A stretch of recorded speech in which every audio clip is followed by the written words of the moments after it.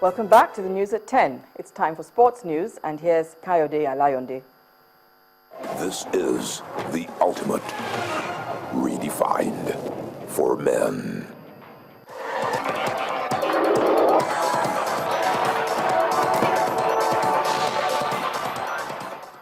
Welcome to Sports News. Nigeria's team to the 2015 Special Olympics World Summer Games rang the closing bell at the Nigeria Stock Exchange today. A 9-man delegation comprising 5 athletes and 4 officials visited the headquarters of the country's capital market in Lagos, where they were received by the Chief Executive Officer, Mr. Oscar Onyema, and other heads of departments. Nigeria participated in 7 Olympic-style sports, winning multiple medals at the Games in Los Angeles. And Nigeria Tennis Federation has confirmed that 8 players will represent the country at the All-Africa Games in September. In an interview with Channel Sports, coach Rotimi Akinloye says 16 players are currently taking part in the trials at the tennis section of the Abuja National Stadium. The coach, who is confident of winning medals at the championship, wants corporate sponsorship and support for the sport. At the end of the trials, 4 male and 4 female players will be selected for the competition in Congo. Meanwhile, Africa's most decorated table tennis star, Segun Toriola, has called for an upgrade of Nigerian coaches.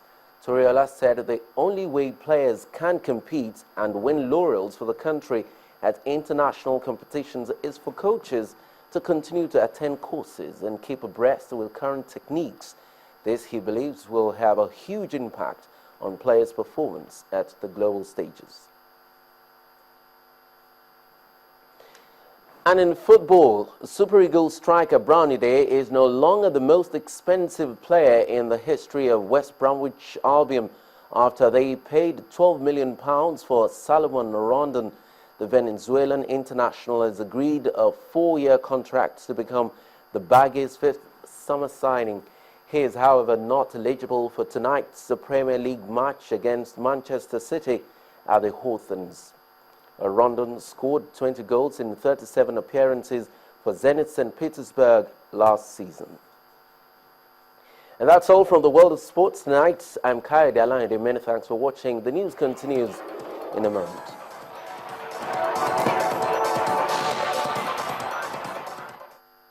This is the ultimate redefined for men. On the foreign scene, a total of 6 members of the security forces have been killed in a series of attacks in Turkey. In a separate development in southeastern Sirnak province, 4 police officers were killed by a roadside bomb and a soldier died when gunmen fired on a military helicopter. Here's Cynthia Arya with more details. Well, thank you. That's the case in Istanbul. A police officer was also killed in clashes after a car bombing. Meanwhile, the city's U.S. consulate was attacked by 2 assailants. A leftist group claimed responsibility for that attack. Also today, a man has been critically injured in Ferguson, Missouri, in an exchange of gunfire with police at a rally marking the anniversary of the killing of an armed black teenager, Michael Brown. Police say he was armed with a stolen gun and they had been tracking him. They blame the violence on a small group of people.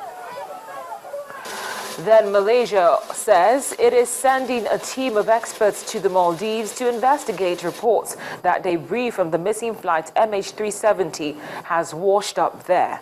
Images published in a newspaper in the Maldives show several small objects which it said had been found on one atoll. But the Malaysian Transport Minister says it was too soon to say if they were connected to flight MH370. That's the foreign news wrap-up. It's back to you, Bimbo. Thank you, Cynthia. On entertainment news tonight, Okiki, a movie streaming platform, has been unveiled in Lagos. Mayowa Gundele has details and other stories.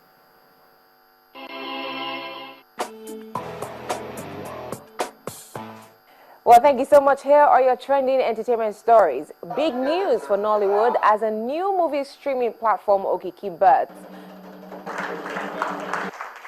The new streaming platform, which was created by the Dada brothers, is expected to help solve distribution and piracy challenges within the industry. Okiki is a movie streaming platform designed especially for the Nollywood industry. So we've got some special features on the platform to combat anti-piracy.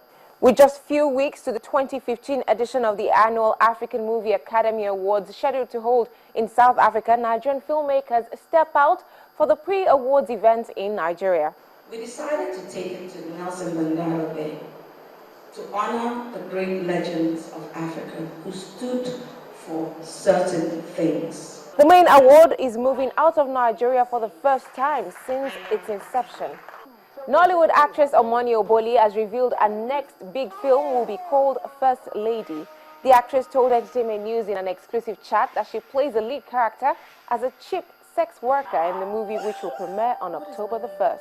When I say the First Lady, people always think I'm talking about some president's wife. No, the First Lady is actually a prostitute. Yeah, it's going to shock everyone. Singer Davido has postponed the release of his highly anticipated sophomore album for a second time. The album, titled Baddest, which was initially scheduled to drop on June the 8th, was postponed to the 10th of August and has now been postponed to September 2015. Davido's team says the delay is due to finishing touches being put on the body of work. Hosanna, hey, Hosanna. Gospel music singer Shola Kings has released a music video to his new song Imarama. The new video is directed by Akin Alabi and was shot in Lagos and Dubai in the United Arab Emirates.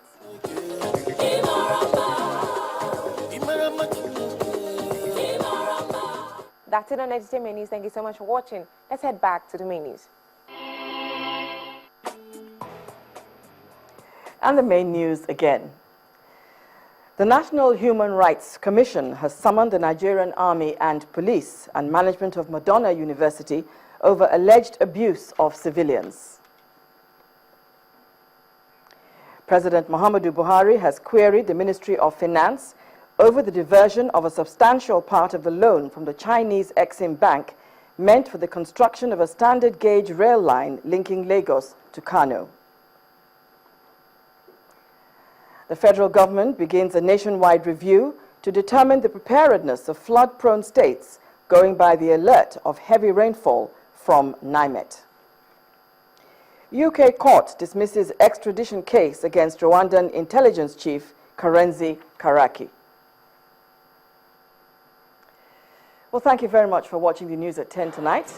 Let's keep a date and do it again tomorrow. I'm Bimbo Loede. Good night.